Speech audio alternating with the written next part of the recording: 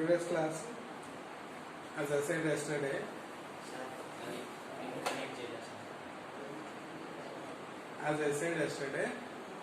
I am going to explain Snell's equation. So Snell's equation is one of the equations which is derived with respect to laws of refraction. I think you already know this laws of reflection. In primary classes it's been explained. Incident ray, reflected ray, normal, three lie on same plane, that's one rule. This is second rule. First rule is angle of incidence is equal to angle of reflection. Similarly, during the refraction, we have same kinds of conditions. So they are called laws of refraction. According to this laws of refraction, first statement we select the same point as it is from the laws of reflection, that is incident ray,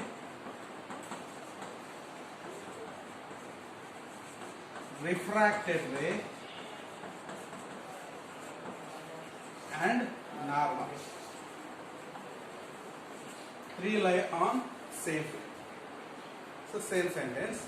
And here we already know angle of incidence and angle of refraction, they are not equal. So we write that sentence by changing angle of incidence is not equal to angle of refraction. Okay. These two are laws of refraction, but in addition to these two laws, there was an explanation is given. It is by a scientist named Snell. What's it? If these two angles are not equal, but we can calculate the ratio of their sine function. Angle of incidence symbolic notation I, angle of refraction symbolic notation R. Whenever we choose their sine functions, that is sine I, sine R, the ratio of these two functions is equal to the relative refractive index. That is n2 by n1 is equal to sine I by sine R. Or otherwise we can write by the cross product of the two terms. By the cross product it will be n1 sine I is equal to n2 sine R. This equation is being called Snell's law. This is Snell's equation. So we need to give proof for this Snell's law. According to our syllabus, we have both experimental and mathematical proofs. So experimental proof, by a simple activity, doing that activity we can find this ratio is constant. That means sine I. That means we need to measure angle of incidence and also we need to measure angle of refraction, and the ratio we calculate. Whenever we calculate the ratio is obtained a constant value.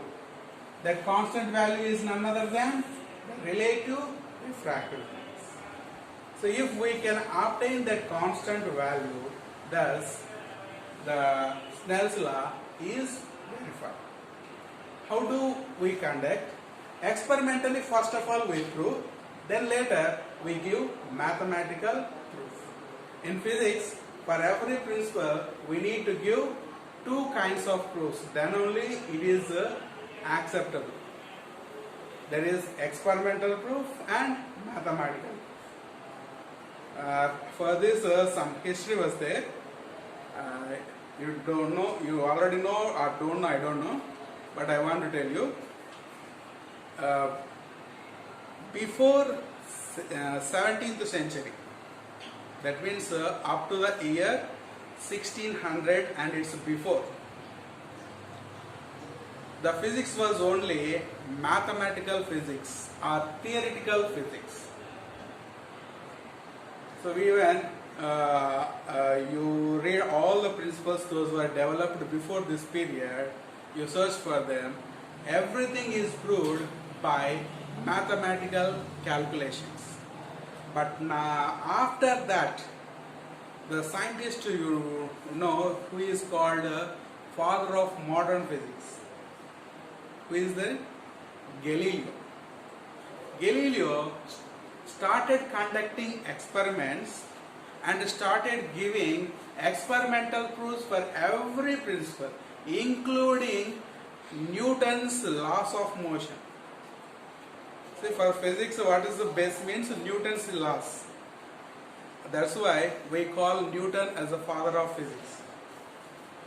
Nowadays, Einstein is also called the father of physics, but the first person who was called father of physics was Isaac Newton. So Newton's experiments, Newton's inventions, before inventions, all are called theoretical inventions, only by theorems, mathematical calculations. But right from the beginning of Galileo Galilei, he started believing in experiments instead of theorems. So experimental proofs he started in conducting. I think you already know what was his popular experiment. Throwing two different objects from Leaning Tower of Pisa. You know this, it was in Rome. So very popular monument. మీరు దాన్ని చూసే ఉండరు, కొంచెం వంగిపోయి ఉంటుంది పెద్ద tower, leaning tower of Pisa. So from the top of that leaning tower of Pisa, he, by calling each and every person belong to the city, he dropped two different massed objects and dropped. What was proved? Both materials will fall down, and proved when both materials were dropped, both materials reached the ground in the same time. So this was the first ever recognized experiment in physics history. So from that period onwards, physics is also believed in experiments. That's why for any principle belongs to physics, we must give theoretical proof, that means mathematical proof, experimental proof. Conducting an experiment, we need to prove it. Now for this Snell's law, in today's class, we are going to give both proofs. So first we conduct experiment, and experimental proof we are going to give.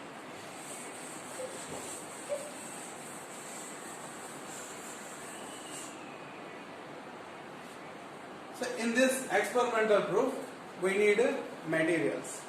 So what are those materials we are going to choose?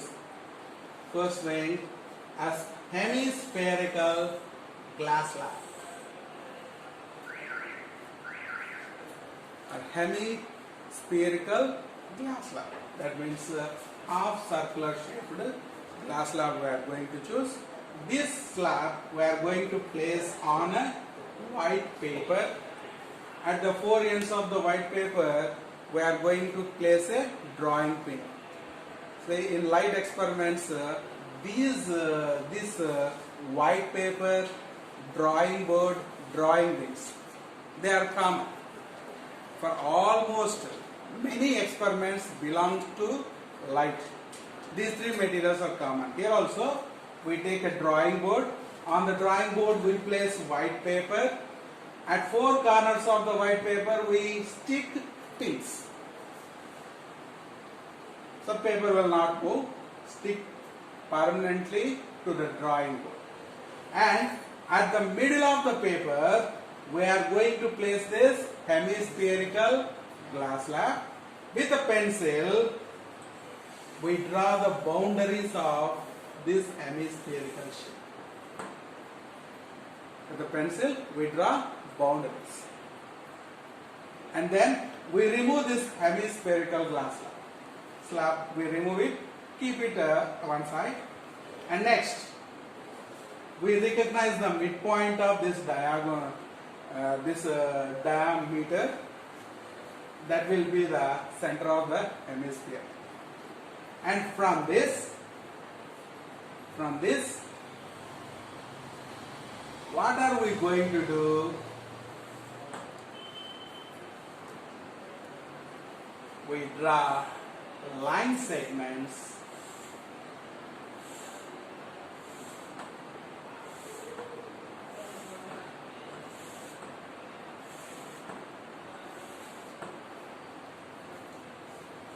from this.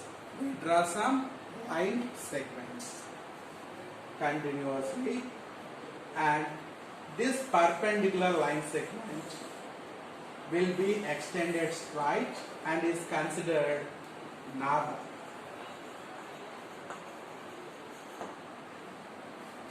The perpendicular line segment will be considered normal. And after this thing, the glass slab, what have we taken up, taken aside? We bring that glass slab once again here. The hemispherical glass slab, once again we place within this boundary. Now the experiment begins. What's that experiment? Let us observe. Here we can go in two ways. Considering these lines, we can start the experiment, but it is difficult. But considering, without considering these lines, when we start the experiment, it will be easy. So what are we going to do is, the glass slab is placed here. This place is empty. Okay. From this empty place, at one corner, from one corner onwards, you know that laser light.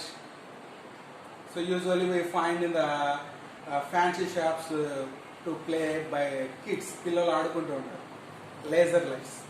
So we select that kind of laser light. We place at one of the corner from the normal go side, and we switch on it to emit a light. We switch on it to emit laser beam. Where does it fall? At this edge. The light ray must fall at the edge. So when light ray falls at the edge, what's going to happen? The glass slab is a transparent material. So the glass slab, into the glass slab, the laser light enters. Into the glass slab, the laser light enters by the refraction. Okay, and how do we allow the light ray into the glass slab is by adjusting this laser beam left and right. అటు ఇటు కదులు చేసి, we make this refracted ray coincides with any one of the line. మన జనరల్గా ఇట్లా పంపించేస్తే ఏమవుతుంది, అది ఎట్లయినా వెళ్ళచ్చు, ఇలా వెళ్ళిపోవచ్చు, ఇలా వెళ్ళిపోవచ్చు, ఇలా కూడా వెళ్ళిపోవచ్చు. కానీ మనం ఏం చేస్తామంటే దీన్ని అటు ఇటు అడ్జస్ట్ చేసి ఖచ్చితంగా ఇక్కడ ఉండే ఏదో ఒక లైన్ మీద పడేట్టు చేస్తాం. Better make it fall on first line మీద పడేట్టుగా చేస్తాం. So a laser beam, it is going to fall on first line. Then what we are going to do is, in the path of the laser beam, we are going to draw a line with pencil. మనం ఇక్కడ light పెట్టినాం కదా, ఇటు laser వెళ్ళిపోతాం. So along this path of laser, we are going to draw a line. Why we are doing like this is, this line when drawn, it produces with a normal an angle. What is this called, you know? Angle of incidence. ఎందుకంటే light నుంచి వస్తాం. So light ray, anyone comes from the source, is going to produce angle of incidence. And this light ray is coinciding with one of the line. That line with the normal will produce another angle. It's called angle of refraction. So let us measure both values with a protractor, and we are going to make the both values, so serial number, angle of incidence, angle of refraction. So we have measured I and R. Both values we are going to place in this table. Okay, experiment over. So one activity is over, not complete experiment. Next, after this action is done, we are going to move this laser little bit away from the normal. కొంచెం దూరం తీసుకురా. When it is taken little bit away from the normal and we allow to fall the light once again on the same point. This time what's going to happen? Once again the light ray bends inside, but this time bending is away. So this time once again adjusting left and right, we make the laser beam to fall on a second line. We allow the laser beam to reach the second line. Why is, once again we have a angle of incidence and a angle of refraction. So we have measured another angle of incidence, another angle of refraction. This will be activity 2. These values also we are going to write in the table. And next, increase the angle once again by adjusting the light. This time we allow to fall on a third line.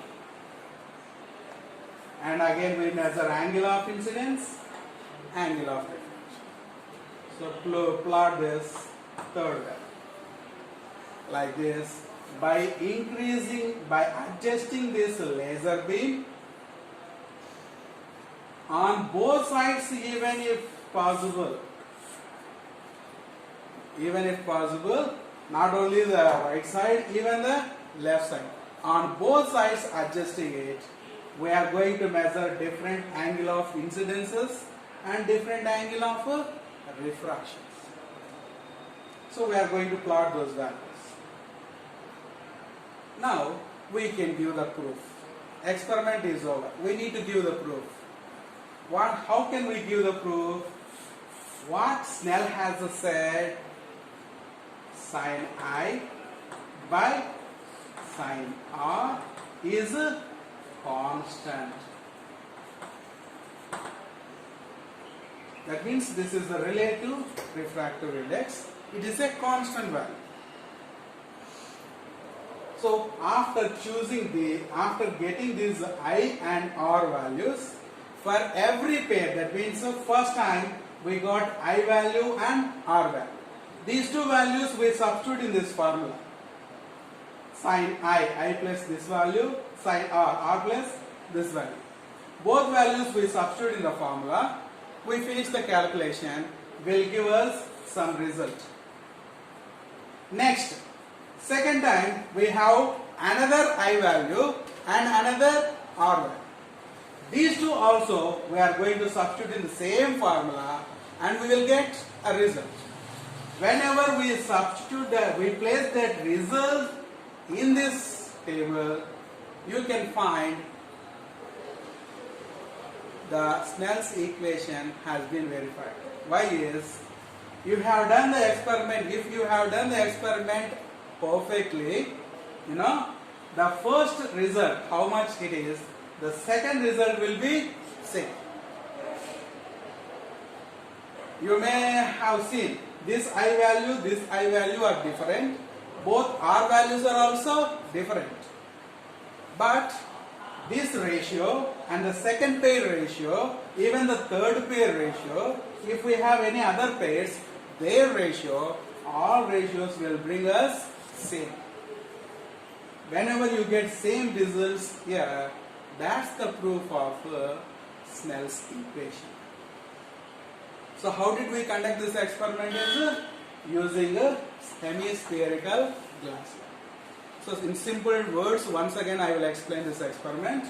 So we take a drawing board, white paper, both four corners, pins. And next we place a hemispherical glass slab, make the boundaries and draw the lines we replace that glass slab. And from one side, with a laser beam, with a laser light source, we release the light rays to power the center, and it gets refracted through the glass slab.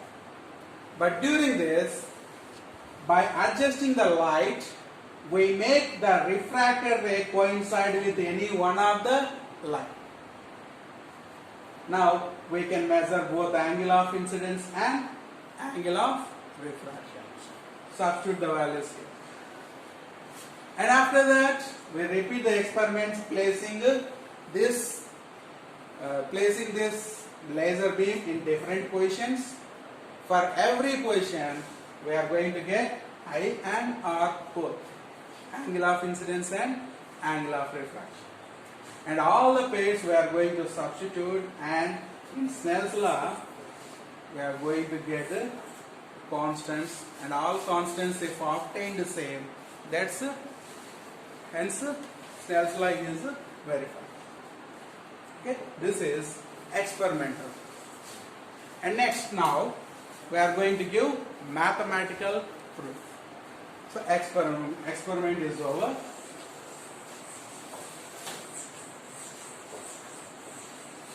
So mathematically we are going to obtain a Snell's law. So for this, first of all, we are going to choose an interface, and above and below we are going to have two different media with a refractive index N1 and N2.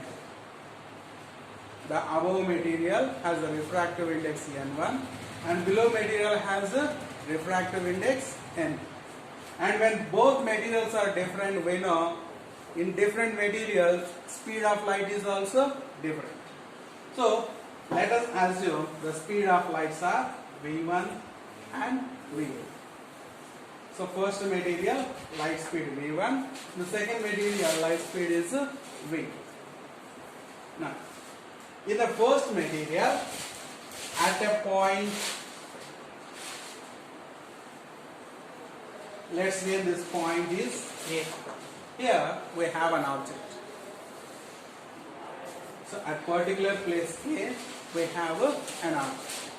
From this, when light rays emit, so the light rays can be emitted in any direction. So we select two light rays which are emitting from A and they are moving towards the interface. And we know when these two meet at interface, since the change of medium, the two light rays will get refracted. The two light rays will get refracted. After refraction, both light rays can meet each other. Both light rays will meet each other, and this point will be B. After refracted rays, after refraction, meet at B. And this one is image of the object. So this is object, incident rays, refracted rays combine to produce an image. Okay, and now the points where the refraction happened, let us assume them C and D. Refraction taken points C and D. We need normals. Let us take them. Here a perpendicular is assumed. This is normal N1. At D also refraction happens. So here is one more perpendicular. That's N. So we have two perpendiculars, N1 and N2. Both are not. Now observe this. These two are what? Incident rays. And incident rays are producing angles with corresponding normals. And what are those angles are called? Angle of incidence. They are called angle of incidence. So this is also angle of incidence. Next, these two are refracted rays. These produce with the corresponding normals another pair of angles, and these are called angle of refraction. Let us take angle of refraction here, R. Angle of refraction, R. So this is basic structure of the diagram. Now we are going to take two crucial perpendiculars. So from the both points C and D, we are going to construct two perpendiculars. From C towards the refracted ray,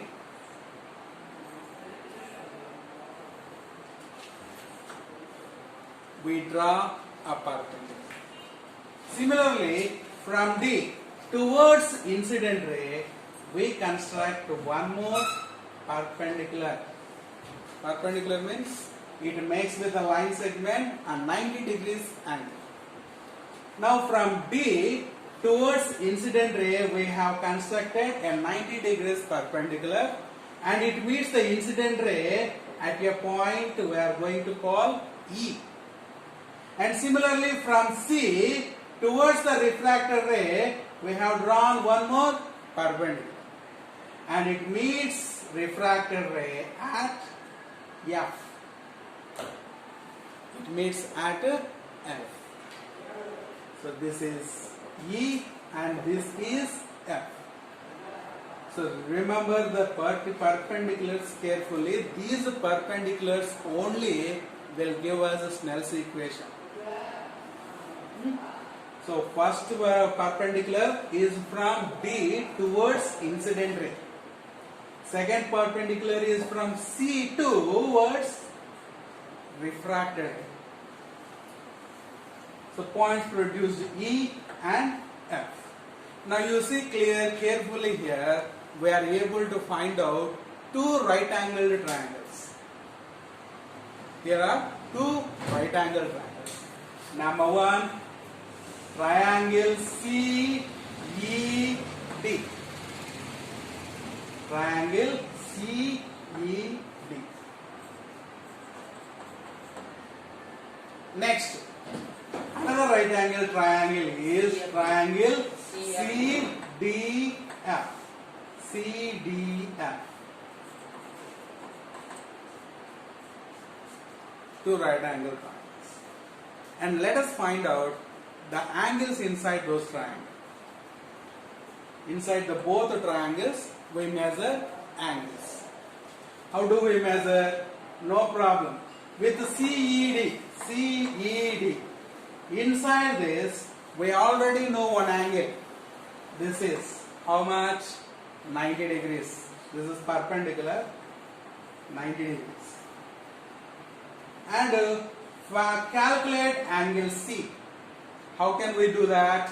See, this is interface and this is normal.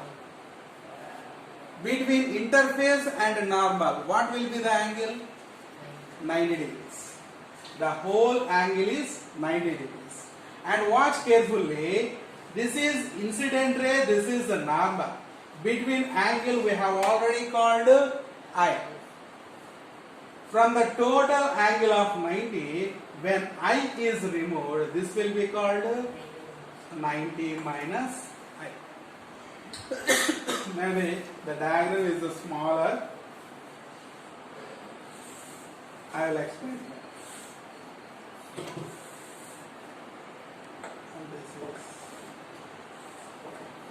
This is 90 degrees E, and here is D, and here is C, and here this angle we already know I, this angle, and the total angle we know is 90. So the remaining angle will become 90 minus I. So 1, 2, two angles we have got. We need to find a third angle. How can we get third angle? Sum of three angles.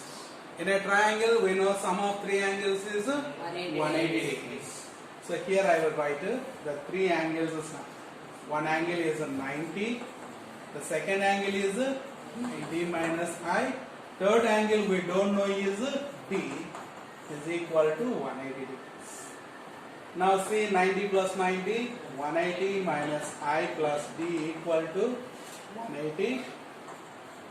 By transposition, plus 180 minus 180 minus I plus I. Now what it leaves?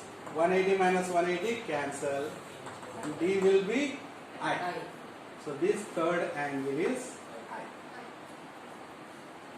Similarly, in the next triangle CDF,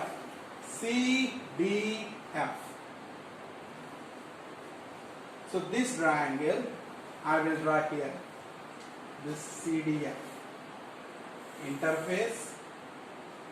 Okay, this is a normal, this is refracted ray, and this is perpendicular. Now what we have got? It is a D, it is F, and it is C. Here only known angle is what? This perpendicular 90 degrees. Only known angle, the perpendicular 90 degrees. And remaining unknown angles we are going to find out. So what are the remaining unknown angles? See, angle D.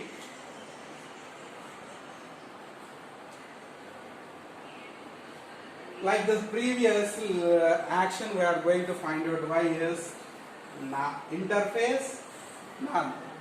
The total angle is 90 degrees. And this is a normal and this is refractor ray. Normal refractor ray angle is angle of refraction. Total angle 90, angle of refraction R. Then remaining angle is 90 minus R. Doing this kind of similar calculation, we can prove that angle C will be R. Angle C is R. Okay, we have got all angles from both triangles. Now let us consider trigonometric functions. See, Snell's law chooses only sine function. We are going to apply sine function for the both right angle triangles. First this one. For this triangle, sine I. What is the sine ratio? Sine is the ratio of opposite side by hypotenuse. Okay. What is the hypotenuse in this triangle? So which stands opposite to 90 degrees? CD or BC. This is hypotenuse. And for this, for the angle, which for the angle I, which stands opposite or which is not in contact, that's the opposite side. So here opposite side is EC. Hypotenuse is DC. EC by DC. Next, from this triangle, this is perpendicular. Perpendicular opposite side is DC once again. That's going to be hypotenuse. And for angle is here R. R's opposite, R's non-contacting line segment is DF. DF is opposite side. So now sine R is equal to DF by DC. Okay, write the ratio of both. That means what? Sine I by sine R. What is sine I means? So we have the answer. EC by DC. Sine R, DF by DC. So the denominators both DC cancels each other. Now we have sin I by sin R is equal to EC by DF. Let us measure those lengths. EC, E to C. EC is what? It is a part of incident ray. That means the distance travelled by the incident ray. So what is distance? We have an equation. Distance is equal to speed into time. So to calculate this EC distance, what we are going to take? Speed of light in this medium, time taken to travel by the light. With that we don't have any problem. Why is speed we already know v1. In this medium light speed is already known v1. Time, no problem with the time. Why is in light from one optical medium to another optical medium all the terms are going to vary, that means going to change except one term, that is frequency.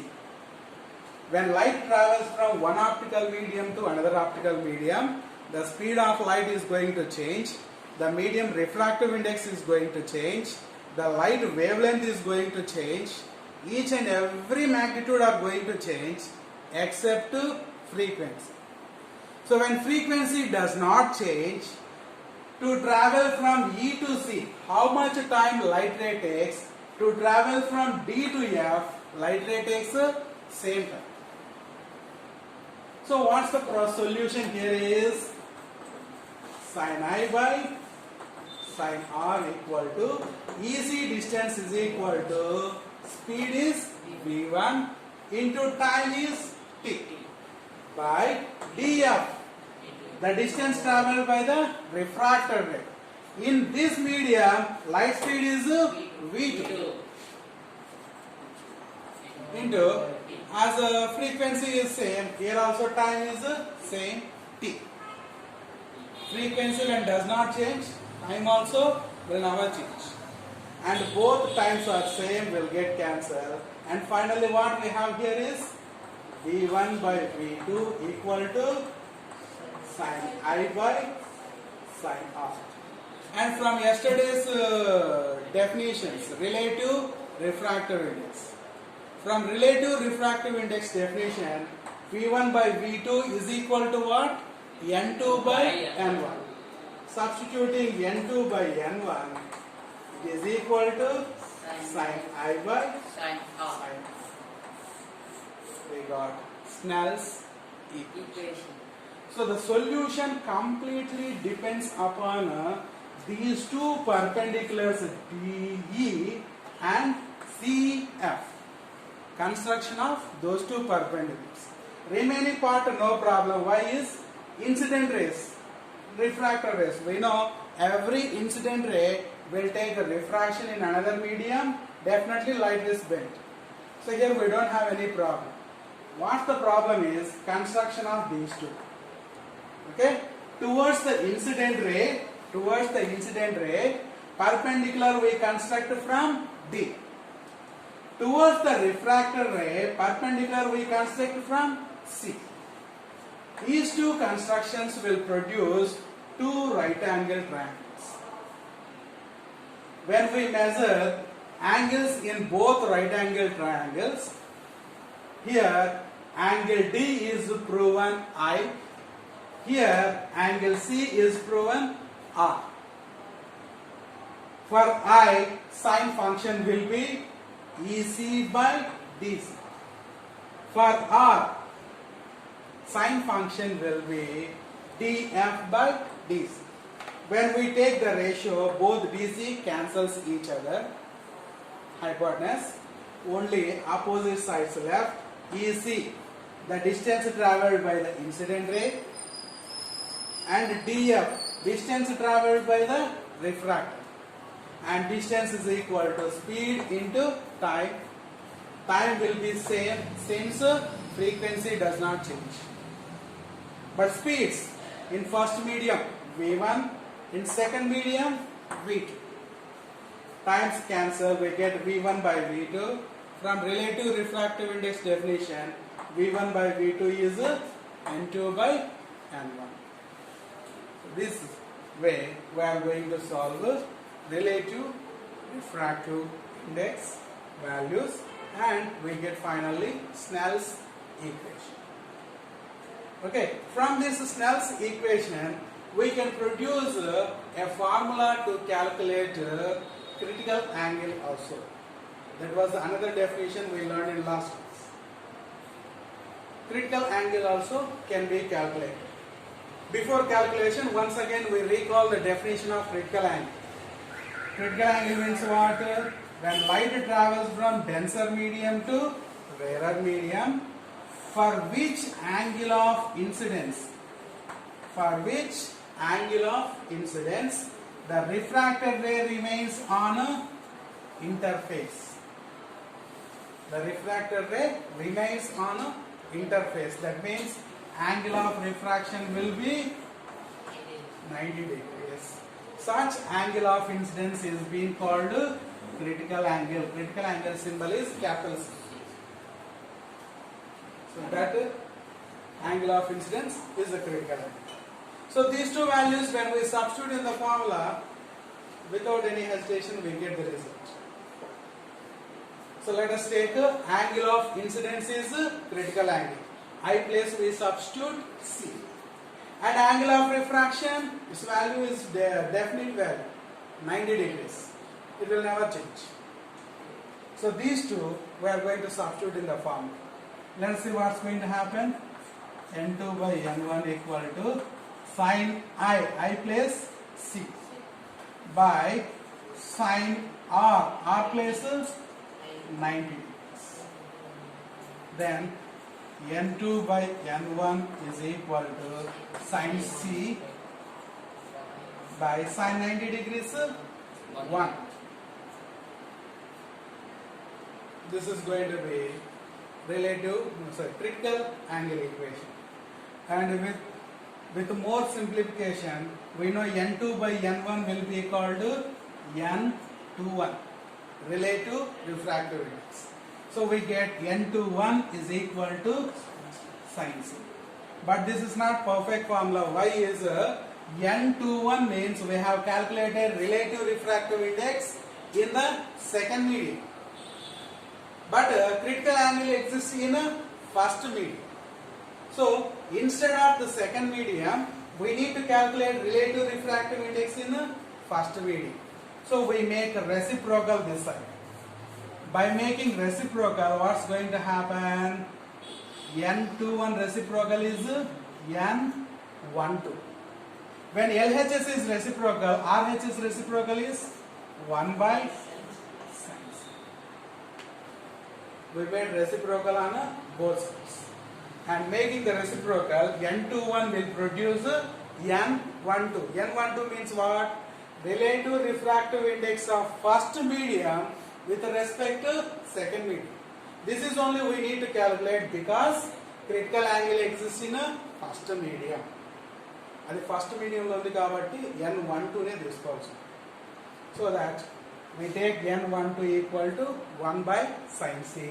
This is the perfect formula to calculate critical angle. Okay? So this is critical angle calculation and mathematical proof for Snell's equation. Okay? Actually, for public examination purpose, derivations have no importance. But because it is a part of your lesson, I explained. మీకు లెసన్లో ఉంది, లెసన్లో ఒక part కాబట్టి నాకు తప్పదు explain చేయాలి. ఎగ్జామినేషన్కి ఇదంతా అడుగుతాడంటే 99% no chance. Because CC model ఉన్నంతసేపు మ్యాథమెటికల్ క్యాలిక్యులేషన్స్కి ఫిజిక్స్లో వాల్యూ లేదు. మరి ఖచ్చితంగా ఏది గుర్తుపెట్టుకోవాల్సి ఉంటుందంటే ఇక్కడ కొన్ని కీ పాయింట్స్ ఉన్నాయి, అవి గుర్తుపెట్టుకోవాలి. ఈ రెండు ఫార్ములాస్ నేర్చుకోవాలి. కీ పాయింట్స్ ఏంటి? ఫార్ములాస్ ఇవి రెండు. కీ పాయింట్స్ ఏంటి? Critical angle definition, 1 mark or half mark, very very important question. And the angle of refraction for critical angle. This is 90 degrees. Okay, and during this I said one more explanation, one more point, that is from one optical medium to another optical medium, all the physical quantities are going to change except one. Okati matram change avadu, frequency. This is also very very important point. కొత్త pattern రాకముందు bits ఉన్నప్పుడు మాత్రం every year compulsory ఈ bit ఎగ్జామినేషన్లో కనిపిస్తుంది. From one optical medium to another optical medium, which of the following is not going to change అని కింద options చేస్తాం. So it's frequency answer and very very important one. Even ఇప్పుడు ఆ bits పోయి half mark questions వచ్చినాయి కాబట్టి ఇప్పటికి కూడా దాని ఇంపార్టెన్స్ తగ్గదు. So it's also an important question. Okay, so this is today's topic. Just make a revision. In next class, we have the definition of. We have only one explanation: glass lab. Refraction of light in a glass lab, and after that some mathematical problems, exercise. Okay.